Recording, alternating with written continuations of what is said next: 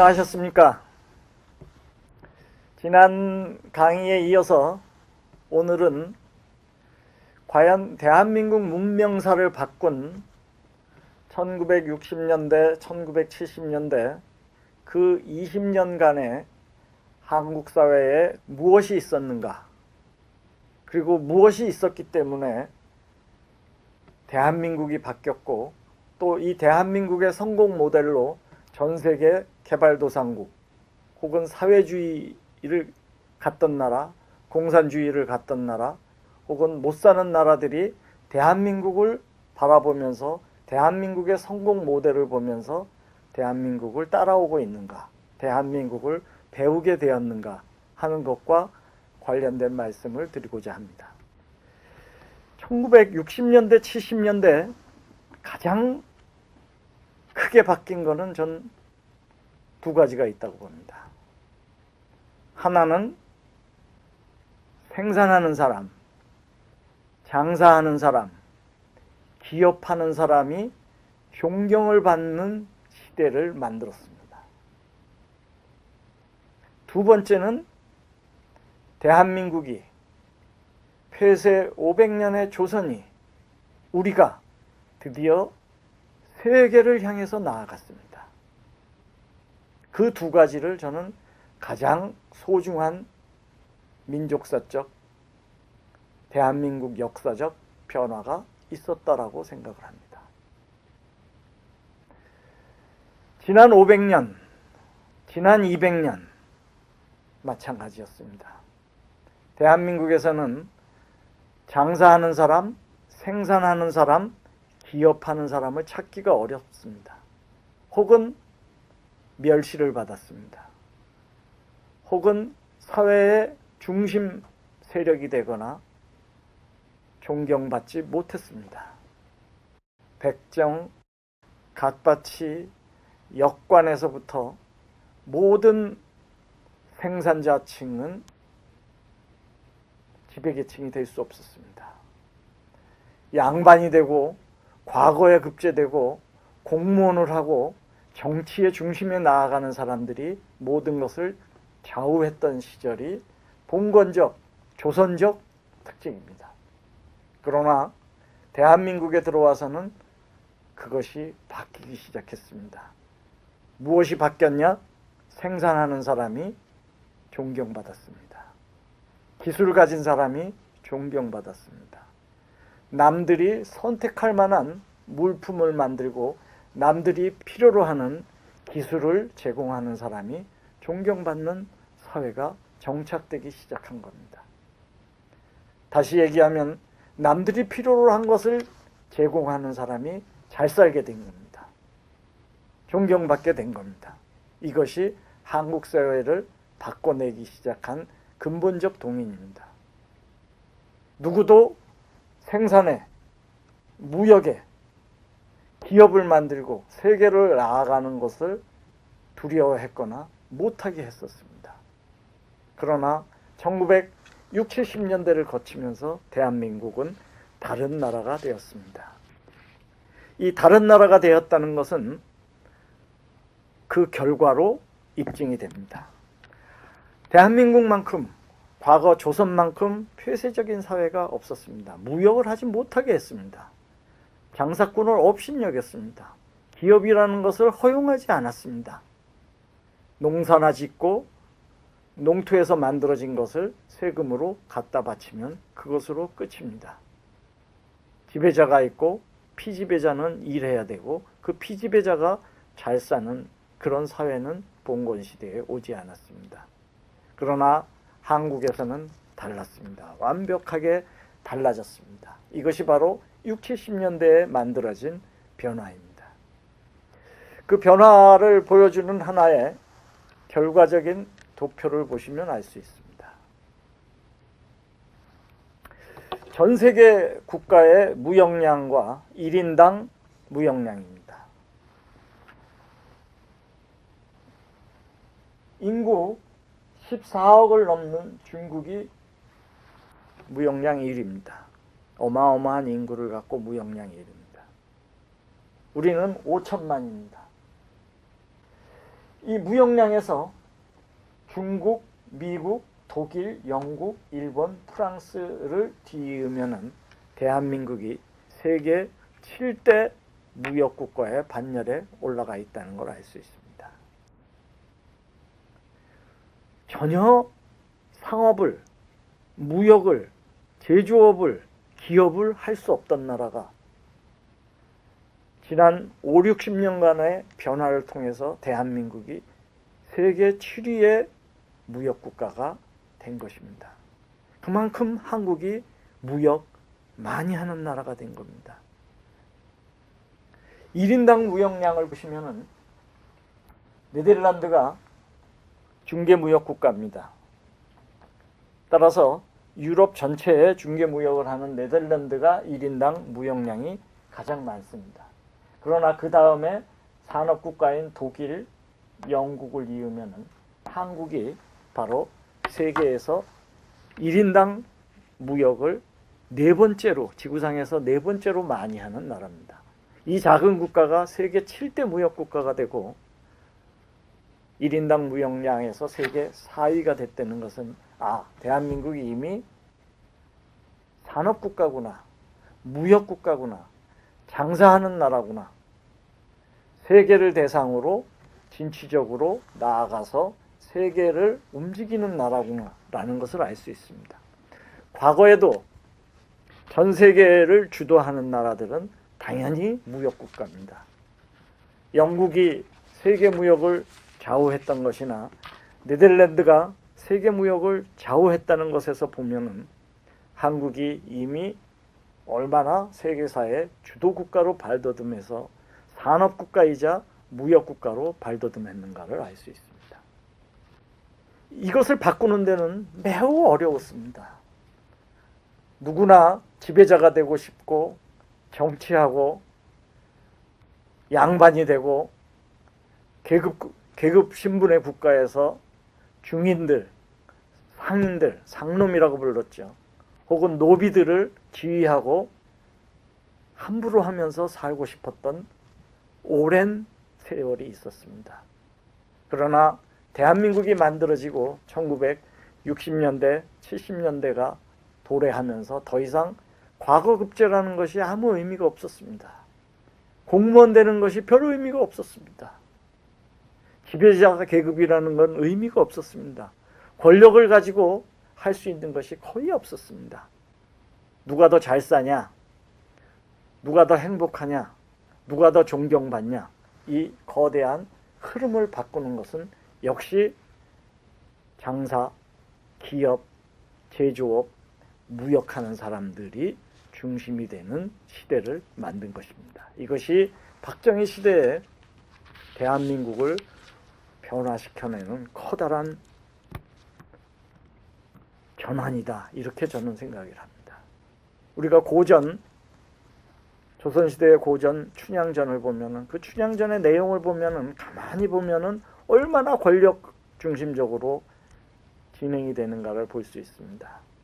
사또의 아들은 이몽룡, 또 변사또의 전횡, 또 과거 급제해서 춘향을 구해내는 이몽룡, 이 모든 것은 권력 중심으로 움직입니다. 사또 권력, 암행어사 권력, 또 이몽룡의 아버지 사또 권력, 다 권력 중심적으로 움직입니다.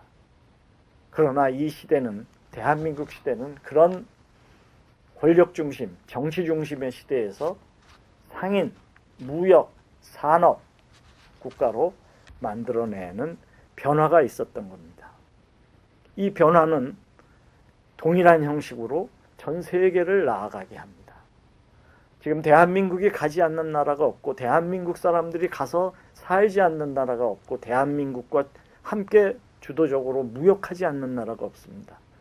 그만큼 대한민국이 개방적 글로벌화된 세계를 주도적으로 창출하고 있고 나아가고 있다는 것을 보여줍니다.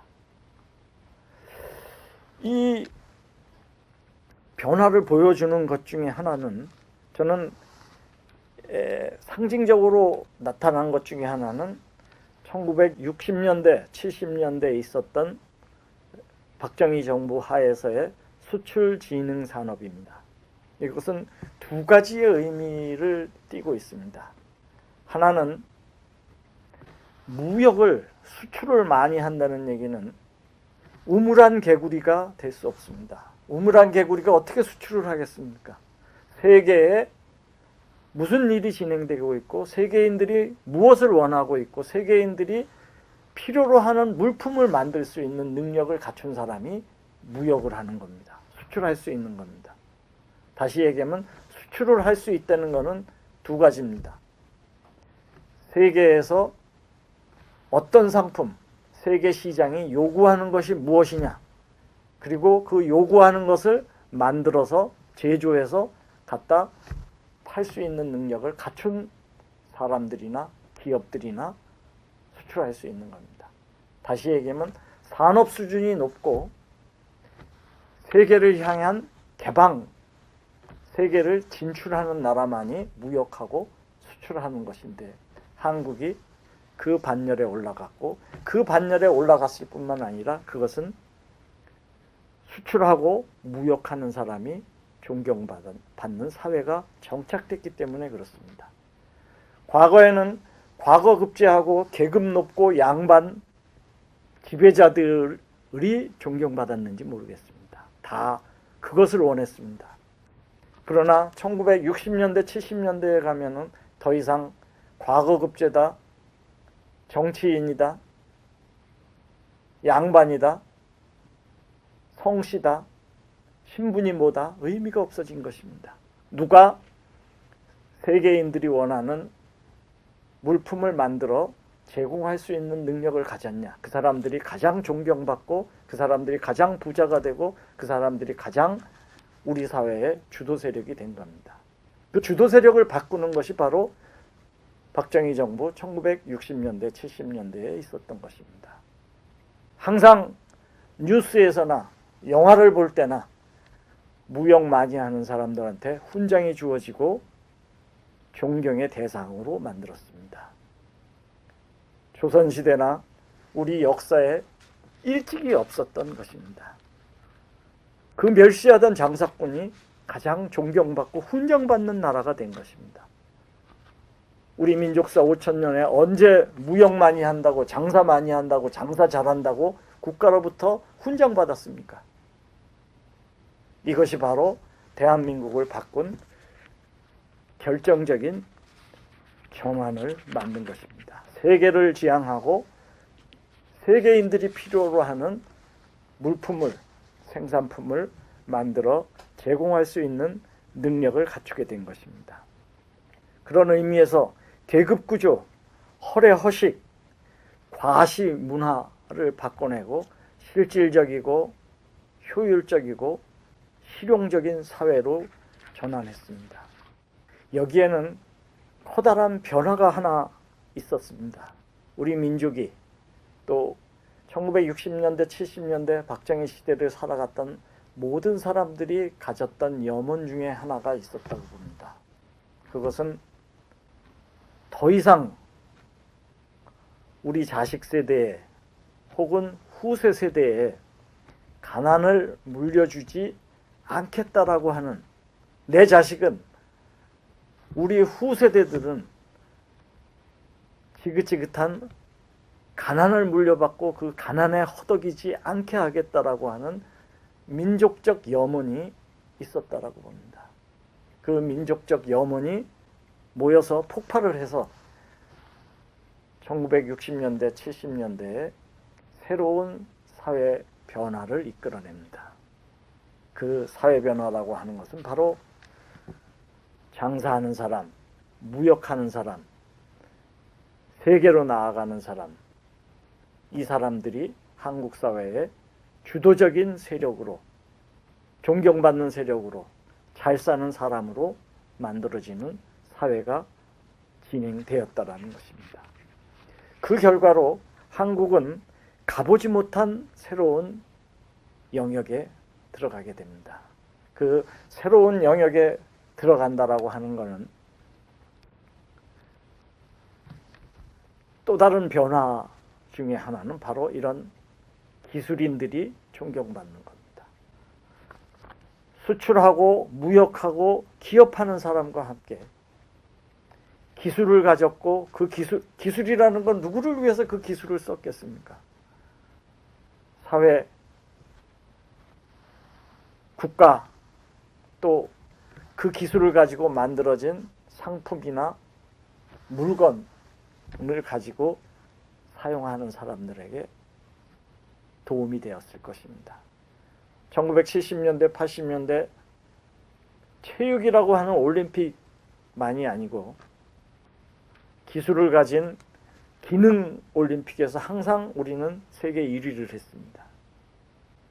우리는 선반이든 미용이든 절삭이든 모든 부분에서 기능 올림픽에서 세계 1위를 해왔습니다. 그 기술을 가진 사람들이 영웅이 되게 존경받고 더 잘 살게 만들어진 사회가 된 겁니다. 무역하는 사람, 기업하는 사람, 생산하는 사람, 기술을 가진 사람, 더 좋은 기술을 가진 사람이 사회적으로, 국가적으로 훈장받고 존경받는 사회가 되므로 해서 한국인이 가졌던 그 근면성이 후세대에게 가난을 물려주지 않겠다라고 하는 그 다짐이 우리도 유럽 국가나 미국 혹은 일본처럼 잘 사는 사회를, 잘 사는 나라를 만들겠다는 그 염원이 모아져서 대한민국에는 커다란 혁명이 일어난 것이고 그것을 우리는 산업혁명이라고 얘기하고 그 산업혁명은 지구상에서 가장 빠른 문명사적 변화와 경제성장의 변화를 이끌어냈습니다. 그 변화가 바로 오늘 대한민국으로 이어진 것이고 오늘의 대한민국은 바로 60, 70년대에 이루어진 그 거대한 문명사적 인식의 변화, 존경의 변화, 사회적 제도의 변화의 산물로 오늘의 대한민국이 있게 된 것입니다. 우리는 기능올림픽뿐만이 아니고 이제는 1988년에 올림픽을 개최했고 2002년에는 월드컵을 개최했고 또 2018년에는 동계올림픽까지 개최했습니다. 전 세계에 이런 개최 능력을 갖는 나라는 지구상에서 6, 7개국밖에 없습니다. 우리가 그 반열에 갈 수 있었고 오늘의 이 세계 중심국가의 일원으로 될 수 있었던 것은 바로 1960년, 70년대에 있었던 한국 사회의 변화의 결과라고 보여집니다.